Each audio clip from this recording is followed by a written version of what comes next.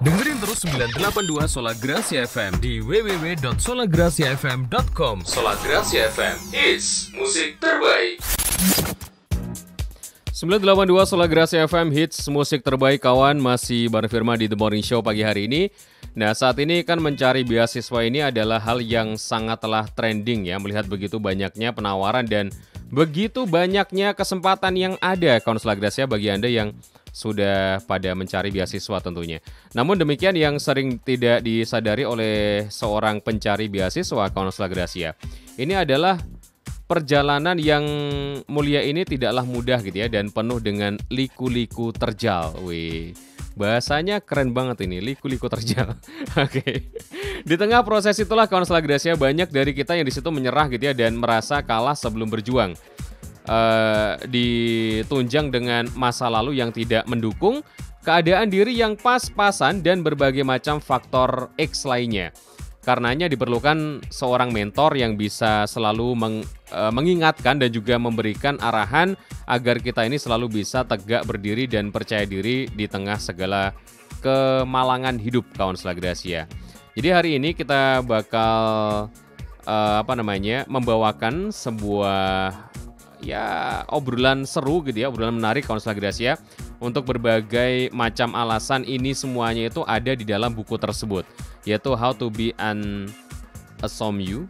Ini saya bilangnya bener nggak sih? Awesomeyu gitu ya. Oke, langsung aja kita sapa yang di sebelah kawan Sola Gracia. Halo, selamat pagi. Iya, selamat pagi. Selamat pagi. Ada Pak Arius dan satu lagi siapa? Tino, Mas. Tino. Pak Tino. Apa kabar Pak Tino? Luar biasa. Saya Pak Tino kedinginan sehat ini. ya? Oh, kalau masih kedinginan berarti sehat, Pak. Serius, Pak. Ini karena AC-nya dingin. Iya, AC-nya padahal sudah mati ya, karena Ya cuacanya di situ aja. mati. Jadi kalau ada AC terus kepanasan, nah ini baru nih. Oke. Tanda-tanda. Aneh itu ya. Oke, Pak Tino ini adalah penulis dari buku ini ya. Betul. Nama bukunya apa? How to be an awesome you. Nah, itu yang benar. Sorry Pak, saya bahasa Inggrisnya kurang, jadi perlu belajar sama Pak Arius, Pak. Iya, betul. Ya. Beliau juga guru saya. Oke, jadi ini buku ini dibikin tahun berapa, selama berapa bulan gitu bikinnya?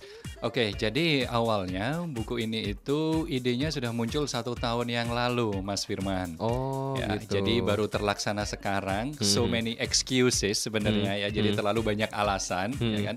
Saya memang menulisnya menambahkan 1 bab. Setelah itu kalau memang tidak cocok, saya kurangin 1 bab. Karena buku ini itu adalah buku pengalaman saya mulai dari dulu SMA sampai detik ini ya. Jadi kalau seumpamanya buku ini saya kira dalam babnya itu mungkin terlalu berat atau apa, itu saya kurangin. Habis itu saya tambahin lagi dengan yang lebih ringan dan lebih applicable ya, dan mudah dipraktikkan, Mas Firman. Oke. Nah,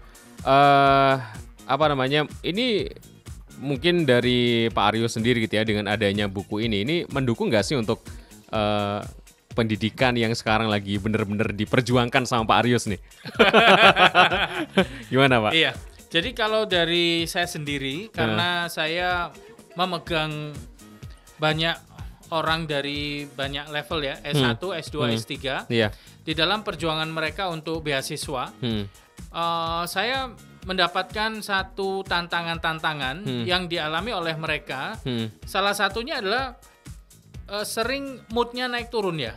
Oh gitu. Orang yang sedang mencari beasiswa itu moodnya sering naik turun gitu ya. Dan kalau di jumlah itu lebih banyak turunnya daripada naiknya gitu ya. Oh gitu. Nah, sedangkan saya yang mengajar ini, kita kan mempunyai suatu sistem ya. Seperti yang minggu lalu kita bagikan buku buku saku gitu ya. Tetapi buku saku itu kan adalah aturan sistematis. Betul. Nah, buku ini harus ditemani dengan yang tadi saya katakan ya, seorang mentor gitu ya. Yang ketika ya. dia turun moodnya itu bisa dinaikkan lagi. Oke. Nah, naik turunnya mood ini sangat ditentukan dengan faktor eksternal. Jadi seringkali orang yang sedang mencari beasiswa itu emosinya ditentukan dari faktor eksternal, dan itu sebetulnya tidak boleh. Artinya apa? Kalau supervisornya lagi baik gitu ya, kita lagi kontak supervisor, 1 hari dijawab, moodnya naik gitu ya. Tapi kalau kita tulis email, dijawabnya 1 bulan lagi atau nggak dijawab sama sekali, kita turun gitu ya. Nah, bukan turun lagi, bukan udah turun, down. lah ya lenyap mungkin gitu ya. Nah itu salah satu tantangan. Yang kedua, faktor masa lalu mereka gitu ya. Misalnya dari keadaan keluarga, kemudian lagi cari scholarship misalnya, kemudian terjadi permasalahan mungkin di pernikahan gitu ya, suaminya tidak setuju untuk ikut keluar negeri, atau istrinya tidak setuju keluar negeri, atau keluarga besarnya tidak setuju dia pergi ke luar negeri gitu ya. Nah faktor-faktor itu akhirnya cukup membuat seorang pencari beasiswa itu betul-betul putus asa. Nah ketika saya mengulas, jadi Pak Tino meminta saya mengulas buku ini gitu ya. Ini buku bukan untuk beasiswa sebetulnya, tetapi isinya itu adalah self-help. Sedangkan self-help ini terjadi di setiap sisi kehidupan manusia. Entah itu seorang pebisnis, entah itu seorang murid, seorang istri, suami, siapapun ya. Nah, ketika saya membaca buku ini, saya mendapatkan satu titik temu gitu ya, bahwa ternyata buku ini adalah buku yang merombak cara kita berpikir. Karena di dalam hidup ini kita memiliki satu kecenderungan memandang segala sesuatunya itu dari segi eksternal, itu yang tadi saya katakan. Kalau cuacanya mendung kita sedih, kalau mataharinya bersinar kita gembira. Nah itu yang berbahaya kan. Jadi kita membutuhkan seorang mentor atau sesuatu yang bisa membuat kita selalu ingat. Artinya buku ini bisa menjadi mentor kita juga. Betul sekali. Nah, gitu ya. Dan secara nggak langsung kita membaca ya, yang mentorin kita sendiri lewat buku ini. Iya. Gitu kan? Karena diingatkan. Betul. Dan itu adalah mengapa saya akhirnya mengajak Pak Tino untuk datang di sini, karena fanbase kita ini sudah mencapai 2.000 orang, gitu ya. Nah 2.000 orang ini kan terkadang saya harus jawab satu persatu via WA gitu ya. Pak, saya kok lagi lesu Pak, kenapa saya seperti ini Pak, proposalnya kenapa nggak dijawab gitu kan. Saya harapkan dengan mereka membeli buku ini, ini adalah bukan saya tidak berharap ya, tapi saya mengharuskan beli gitu ya, harus wajib gitu ya. Dan kenapa saya bahas hari ini, karena ini kan pre-order. Pre-order itu harganya murah gitu ya. Nanti Pak Tino akan menjelaskan harganya berapa gitu ya. Nah itu yang menjadi alasan mengapa saya menganggap buku ini adalah buku yang penting dan akan saya ulas dalam video-video saya di YouTube channel CBA untuk setiap komponen dari pertanyaan beasiswa. Betul sekali. Yang kemarin sudah dibagikan ya. Dibagikan tentunya. Betul. Nah ke Pak Tino nih ya, Pak Tino. Ini Pak Tino ceritanya gimana bisa kenal sama Pak Aryus gitu ya. Nah, atau mungkin Pak Tino ini siapa sebenarnya gitu ya, supaya Kansel Gratis juga tahu nih. Ini Pak Tino ini siapa nih? Jangan-jangan ini adalah tetangga saya gitu. Terima kasih Mas Firman ya. Jadi saya ini sebenarnya aslinya Arema Mas Firman ya. Tapi asli ya? Asli. Real ya? Real ya. Jadi saya lahir di sini, saya sekolah di sini, kuliah di sini, bekerja pun pertama kali di sini. Ya, tapi sekarang saya tinggalnya di Sidoarjo. Nah, saya saat ini itu mempunyai lembaga pelatihan yang namanya Salim Excellence Center ya. Jadi itu adalah lembaga pelatihan self development Mas Firman. SEC itu ya? Yes, betul, SEC. Jadi saya dirikan pada tahun 2017. Nah, pertemuan saya dengan Pak Aryus ini itu tahun 2005 ya. Jadi berapa tahun yang lalu? Wah, 15 lama sekali. 15 tahun yang lalu ketika kami berdua bekerja di Yayasan Pendidikan Australia yang ada di Malang ya. Jadi saya kenal beliau dari sana ya. Sampai saya akhirnya sempat juga hijrah ke Jakarta Mas Firman dan sampai akhirnya ke Sidoarjo. Beliau ini seperti abang saya. Jadi meskipun saya jauh selalu dikontak ya kan? Tin gimana kabarnya ya kan? Sedang ngerjain apa dan lain sebagainya. Jadi itu awal pertemuan dengan Pak Aryus sebenarnya. Seperti itu Mas Firman. Nah, yang mendorong Pak Tino sendiri nih ya dalam menulis sebuah buku nih ya, khususnya buku yang bakal di-launchingkan. Artinya ini kan masih belum launching ya? Yes, pre-order ya. Pre-order ya. Nah, ini apa namanya yang menjadi dasar dari pembuatan buku ini tuh apa? Oke, jadi inti dari penulisan buku ini itu sebenarnya saya ingin menjangkau orang lebih banyak, Mas. Jadi buku ini adalah buku transformasi diri. Ya, jadi yang dibahas dalam buku ini itu bagaimana kita mempunyai awesome mind, awesome mindset dulu kita otak-atik, karena semuanya berasal dari pikiran kita, Mas Firman. Ya, ini jadi berkaitan dengan psikologis juga. Berkaitan dengan bagaimana cara berpikir sebenarnya. Oh gitu. Sesimpel itu. Oke. Ya. Kenapa? Karena saya melihat banyak teman-teman saya, apalagi di kondisi yang seperti ini, di era new normal ini, itu masih ada yang belum bergerak, masih ada yang masih ya istilahnya rebahan saja, masih ada yang menjadi korban ya di situasi seperti ini. Gitu. Ada yang bilang, waduh bisnis saya tiarap dan lain sebagainya. Ya kan? Nah, bahkan di kondisi new normal ini, Mas Firman, bisa dikatakan saya membuka 2 bisnis baru loh. Jadi bukan istilahnya mungkin yang di luar sana ada juga yang memang ya bisnisnya sedang down ya kan? Tapi kalau dalam new normal ini ya alhamdulillah saya buka bisnis baru. Justru malah seperti itu ya. Dan itu dimulai dari mindset dulu gitu loh. Kalau kita mindsetnya korban, kita menyalahkan keadaan, ya kan, kita menyalahkan Tuhan gitu ya. Kenapa Tuhan dosa apa saya ini sampai seperti ini gitu kan, gak ada habisnya sebenarnya, Mas. Ya kan? Jadi dari buku ini juga itu saya mencoba untuk berbagi pada teman-teman yang belum pernah mengikuti sesi motivasi saya gitu, untuk bisa mempunyai pikiran yang memberdayakan. Itu yang paling penting, Mas. Oke. Itu yang pertama, yang paling basic sendiri gitu ya. Jadi memang pikiran kita kalau sangat memberdayakan itu bisa membuat kita sukses dalam bidang apapun itu, Mas. Dalam bidang apapun jelas. Yes, itu dimulai dari pikiran kita. Oke. Jadi isinya itu sangat menarik sekali Konselor Gracia. Ini gambarannya udah jelas banget gitu ya. Ya kalau Anda ingin mendapatkan, kita sudah share di WhatsApp tadi ya. Untuk Anda yang sudah bertanya ini ya, ada Mas siapa nih? Oh, Andre. Ini ada bertanya nih, harganya berapa Pak bukunya gitu katanya.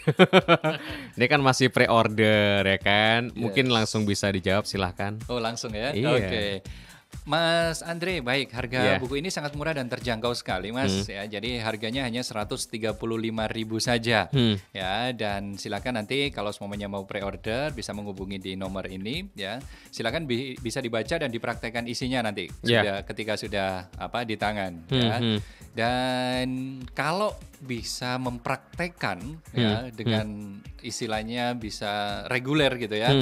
Itu akan bisa kelihatan nanti ya resultnya seperti apa ya. Jadi setiap hari itu mindset positif ya, terus setelah itu kita juga punya kebiasaan yang positif juga. Itu nanti bisa dilihat dalam beberapa hari itu ada perubahan dalam hidup kita. Nah ya, untuk pendengar Sola Gracia pada hari ini itu akan mendapatkan kesempatan yang luar biasa. Harga spesial ya. Harga spesial pre-order dan itu hanya 95.000 saja. Jadi seperti itu, Mas Andrea. Jadi bisa pesan langsung di nomor di Sola Gracia tadi ya. Betul, nanti bisa pesan di nomor Sola Gracia. Nanti formnya kalau misalnya udah pesan ya, artinya wah saya minat nih, langsung kita kirimkan formnya, nanti bisa dikirimkan ke nomor berikutnya gitu ya, yaitu nomornya Pak Arius nih. Bagian penjualan. Oke. Anda kalau misalkan berminat Konselor Gracia dari harga asli 135.000 ya. Yes, betul. 135.000. Kalau misalkan sekarang Anda mendengarkan Radio Sola Gracia dan Anda ingin pre-order hari ini juga, langsung aja WhatsApp di nomornya Sola Gracia di 0813 3535 7667 dan akan kita berikan harga spesial untuk Anda Konselor Gracia dengan harga yang cuma-cuma ya 95.000. Ini murah banget loh. Serius, apalagi isinya bisa merubah mindset kita gitu ya. Dan Pak Tony ya? Pak Tino. Pak Tino sendiri sudah mempraktikkan dan sudah punya 2 usaha baru. Ini kan luar biasa banget gitu ya. Betul. Nah, kalau Pak Arius nih, tadi kan kita ngomongin tentang beasiswa nih Pak ya. Nah, beasiswa. Orang itu kadang lemes atau mungkin sudah down gitu kan, udah kadung di bawah untuk pencarian beasiswa ini. Ini apa manfaatnya ketika mereka ini membaca buku ini? Gimana Pak? Iya, jadi saya akan langsung melemparnya ke Pak Tino gitu ya. Karena saya ingin ini dijawab langsung. Iya, tahu lebih jelas lagi gitu ya. Ya, Pak Oke, Tino silakan. gitu ya. Iya. Karena hal ini adalah hal yang paling mendasar. Jadi begini Pak Tino, yang sering saya alami gitu ya, murid-murid yang mengambil beasiswa atau mereka semua yang sedang mencari beasiswa, itu moodnya yang tadi saya katakan selalu ditentukan oleh faktor luar, gitu ya.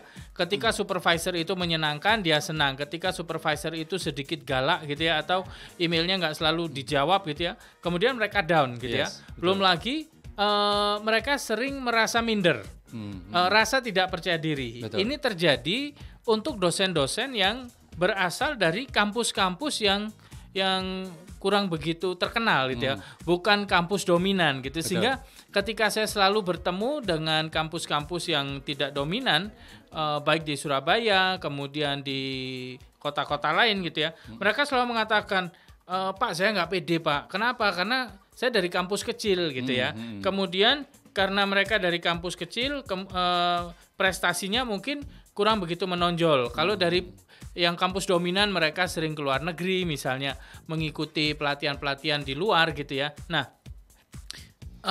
itu adalah saya rasa itu satu penyakit gitu ya. Tingkat kepercayaan diri. Iya, kepercayaan dirinya. Walaupun kalau saya lihat kualitas diri mereka itu baik sekali.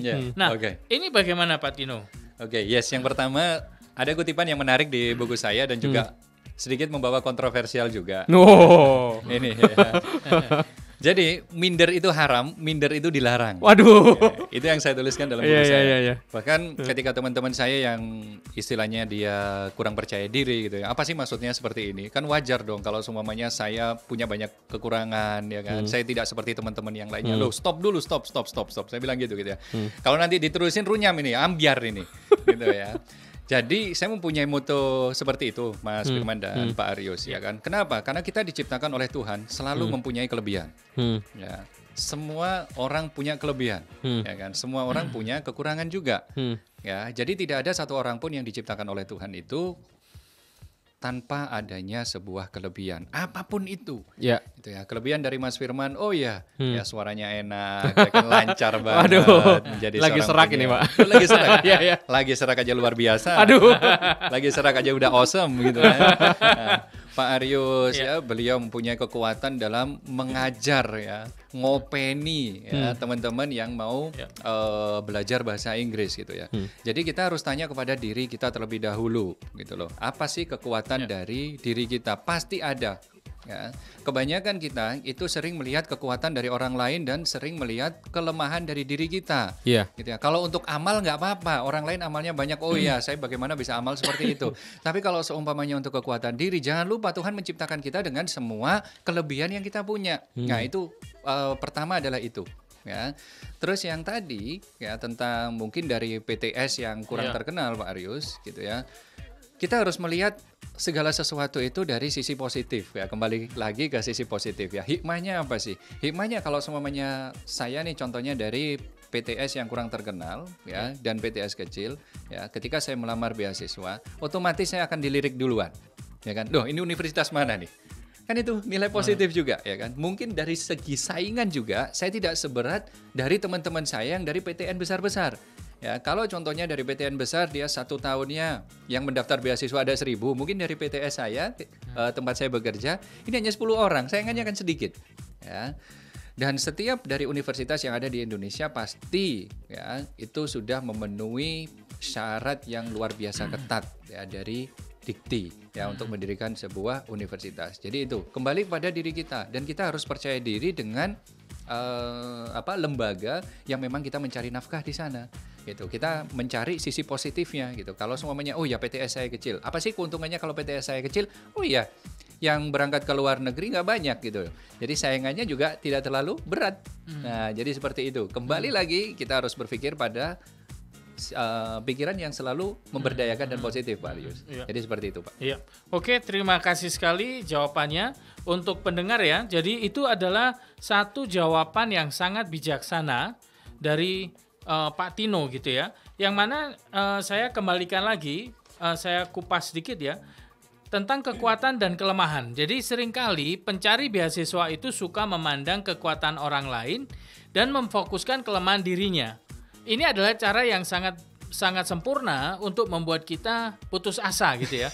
Ya. Jadi kekuatan orang lain kita lihat, tapi di diri kita sendiri yang kita lihat adalah kelemahan. Ketika kita mencari beasiswa dengan cara yang seperti itu, pasti kita stres duluan. Kita menganggap bahasa Inggris kita tidak bisa gitu ya, kurang gitu ya. Kemudian kampus kita kurang terkenal gitu ya. Nah, itu akhirnya menjadikan satu rantai yang sangat berbahaya.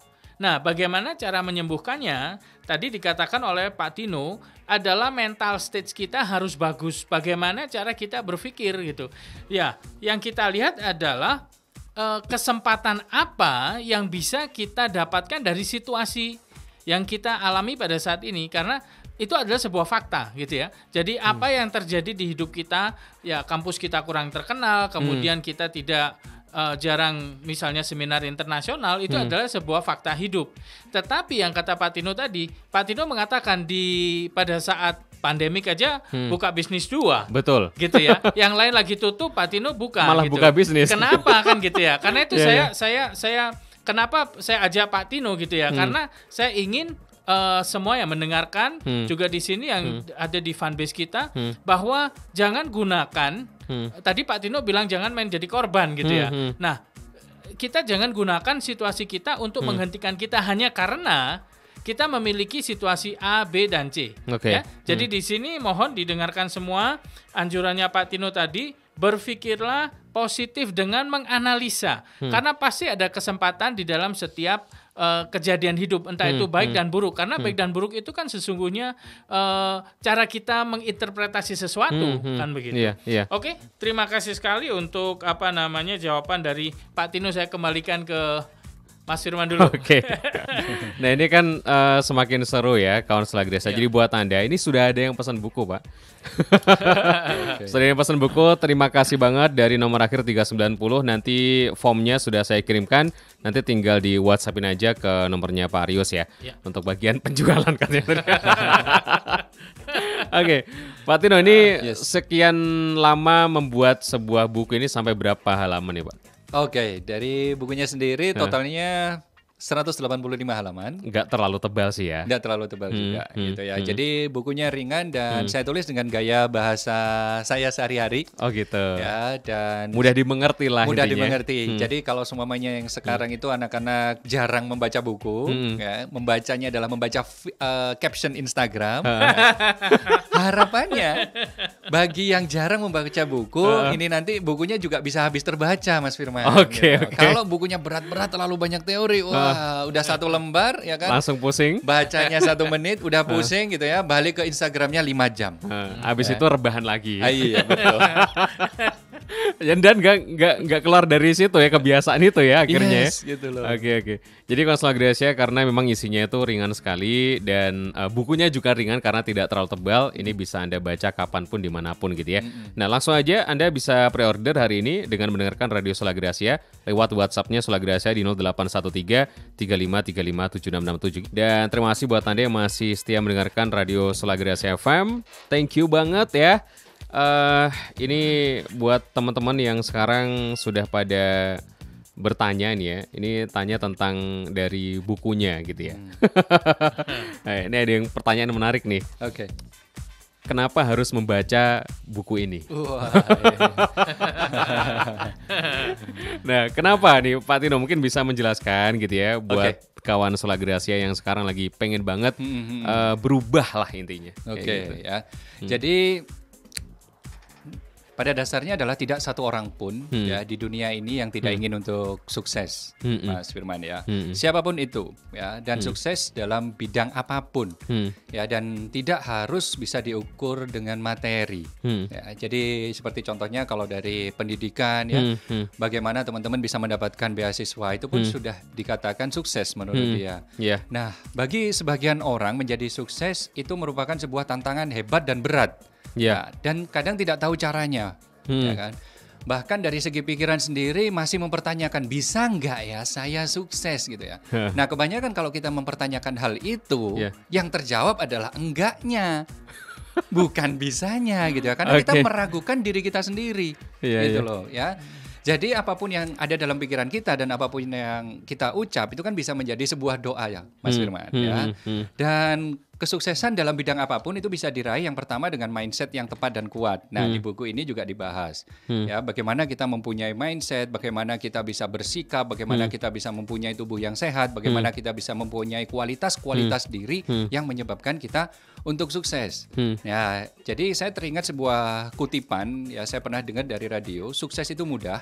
Ya, penuhilah semua prasyarat kesuksesan dan tunggulah janji dari Tuhan.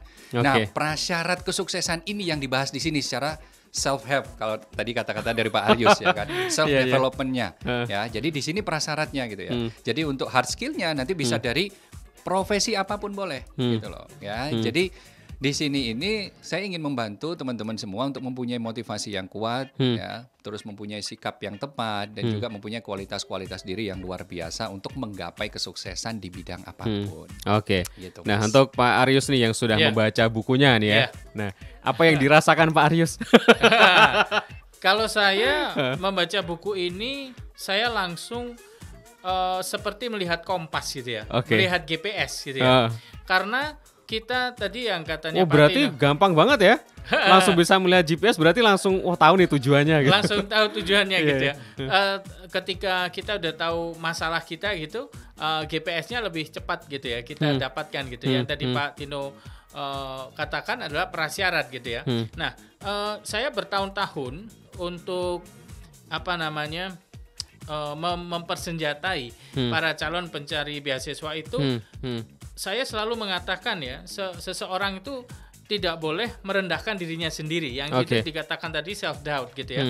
Dan itu bisa kita lihat ketika kita memiliki satu passion gitu ya. Nah, saya paling sulit kalau berbicara dengan orang yang dia sendiri itu tidak menghargai dirinya sendiri. Karena untuk kita bisa dihargai orang, kita harus menghargai diri kita sendiri. Nah, yang mana Pak Tino tadi mengatakan bahwa di buku ini dibahas seperti itu. Dan itu kebetulan ternyata ada di bahasan yang pertama.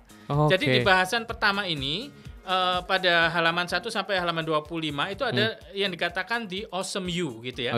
Sesungguhnya awesome ini adalah seperti akronim yang sebetulnya bisa di jotting down di setiap komponennya. Ini menariknya dari istilah yang digunakan Pak Tino ini. Sehingga ketika kita mengingat kata awesome, kita langsung dengan sendirinya mengingat saya harus berbuat apa. Gitu ya. Kadang kan kita sulit ya kalau sebuah buku, karena saya pecinta buku gitu ya. Nah, buku-buku self help yang ada ini kan ditulisnya dari seorang Pak Tino ini yang saya harus diketahui oleh pendengar adalah Pak Tino ini dulu adalah mantan manajer dari agen pendidikan. Jadi perjuangan yang dihadapi oleh masing-masing pencari beasiswa, Pak Tino sangat mengetahui A sampai Z gitu ya. Nah, ditulis dengan orang yang memiliki satu pandangan bagaimana sih remuk rasanya gitu kan, bagaimana sih rasanya hancur gitu ya. Karena Pak Tino itu bukan orang yang di luar, tetapi dia orang yang di dalam, yang dulu ikut menguatkan orang-orang yang dulu mencari beasiswa gitu ya, yang pada saat ini sudah selesai semua. Nah, di bagian yang pertama itu ada yang dikatakan passion, kemudian antusiasme gitu ya. Nah, antusias itu adalah satu obat yang tadi saya katakan seluruh pencari beasiswa harus tahu kenapa dia diletakkan di dunia ini gitu ya. Misalnya tadi kata Pak Tino kan di kampus ya, PTS yang tidak terkenal, tetapi pasti ada satu tujuan. Nah, tujuan ini yang harus kita pupuk gitu ya. Sehingga ketika kita dikatakan misalnya Anda dari mana gitu ya, kita tidak boleh minder mengatakan ini kampusnya namanya suaranya dikecilkan gitu, nggak boleh gitu ya. Tetapi harus dikatakan dengan rasa percaya diri. Itu adalah salah satu hal yang saya temukan di buku ini. Dan nanti kalau misalnya waktunya masih ada atau mungkin pada saat ini kalau bisa dijawab boleh langsung aja Pak. Yang saya hadapi itu adalah orang-orang yang sering kali emosinya dipermainkan, terutama ini yang berhubungan dengan satu metode yang namanya LGD, jadi Leaderless Group Discussion, di mana mereka kadang suka mendominasi. Dan yang berikutnya ketika komite mempermainkan, kita biasanya jadi marah gitu ya. Nah, itu karena mereka tidak mengetahui komunikasi verbal dan non-verbal. Jadi body language mereka nggak benar gitu. Kemudian cara mereka intonasinya nggak benar, cara membaca raut wajah tidak baik gitu ya. Nah, di buku ini ada. Monggo mungkin Pak Tino bisa dijelaskan gitu ya. Ini adalah di bahasan keempat itu adalah tentang the awesome attitude. Nah, awesome attitude ini yang saya inginkan pendengar untuk mengetahui. Karena sikap misalnya kita dikatakan, ternyata jabatan Anda itu biasa-biasa aja kok di kampus itu, risetnya nggak terlalu hebat gitu. Nah, kadang kan kita marah. Iya benar. Tetapi kalau kita membaca buku Pak Tino ini, komunikasi verbal dan nonverbal itu sebetulnya sebuah permainan saja untuk melihat emosi kita sestabil apa. Nah, coba Pak Tino bisa menjelaskan gitu ya. Body language, komunikasi verbal dan nonverbal itu adalah kunci kita untuk sukses beasiswa. Oke, jadi terima kasih Pak Arius. Nah, di buku How to Be an Awesome You ini juga dibahas bagaimana kita bisa menjadi seorang komunikator yang baik. Ya. Jadi dari sisi komunikasi itu ada komunikasi verbal dan ada komunikasi nonverbal. Nah, kita itu bisa dicintai oleh orang dengan mudah itu karena kita mempunyai teknik berkomunikasi yang baik. Salah satu teknik berkomunikasi dengan baik itu hanya satu kata sebenarnya, ngempet. Kalau seumpamanya ya kan?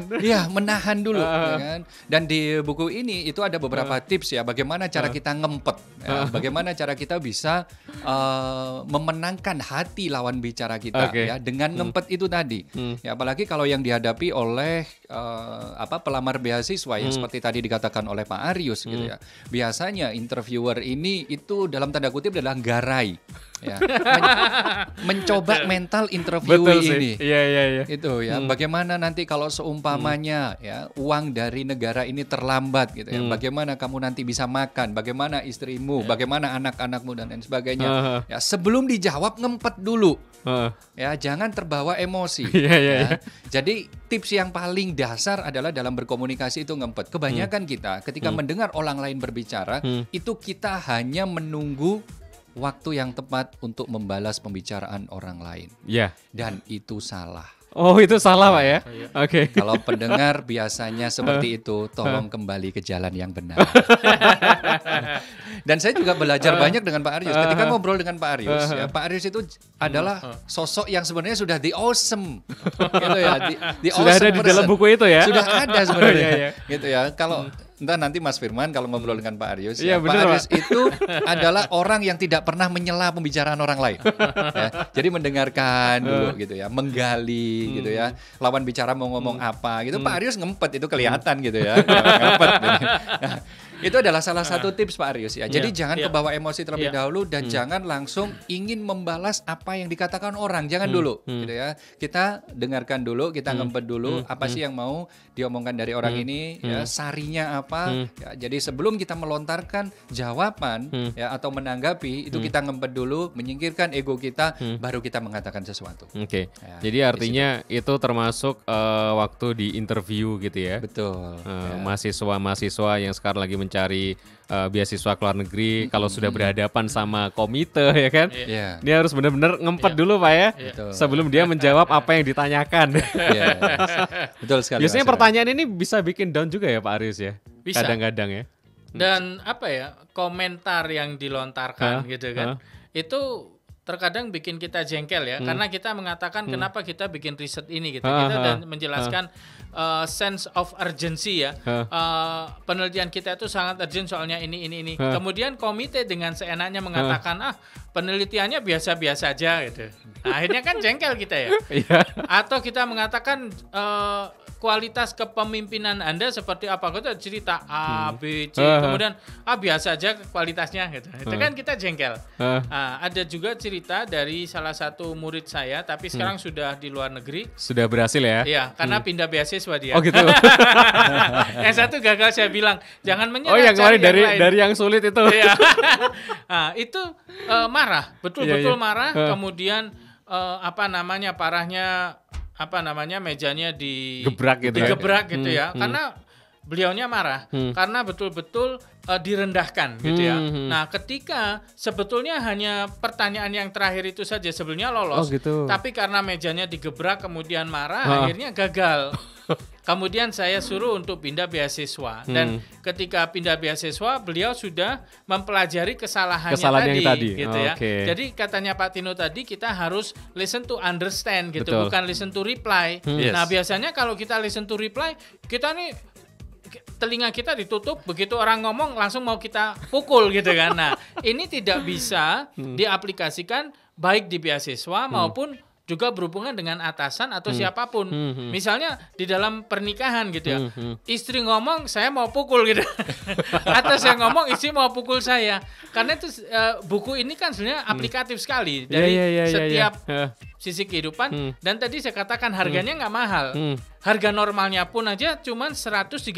Betul, itu sangat murah sekali ya. Dengan ilmu yang kita bisa dapatkan dan pre-ordernya adalah 95.000. Karena itu nggak usah bertanya lah, langsung aja beli gitu ya. Karena apa? Karena saya pun nantinya akan mengulas buku ini pada setiap pertanyaan beasiswa yang kemarin sudah saya berikan. Betul, gitu. nanti bisa dicek di YouTube Cendekia Binaksara gitu ya.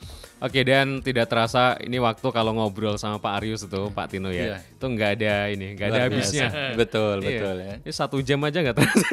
Ilmu beliau dalam banget Mas Firman. Makanya itu harus digali terus.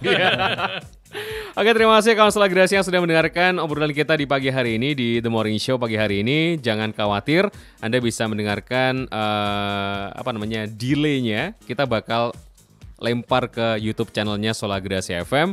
Dan kalau misalkan Anda sekarang sudah bisa mendengarkan tapi masih ada yang ketinggalan, Anda bisa langsung cek di Facebooknya Solagrasi FM. Ya, di situ kita sedang live. Habis ini live-nya kita selesaikan, nanti Anda masih bisa mengulang pembicaraan kita pada pagi hari ini. Oke, ketemu lagi nanti Kamis depan ya Pak Arius ya. Iya, betul sekali. Ada bocoran Kamis depan? Iya. Untuk Kamis depan menarik sekali. Kamis depan kita akan kedatangan tamu dari luar negeri gitu ya. Dari Malaysia. Kemudian orang India. Jadi kalau mau tahu bahasa Inggris India itu seperti apa logatnya gitu ya. Itu minggu depan gitu ya. Kenapa kita punya guest star yang dari luar negeri ini?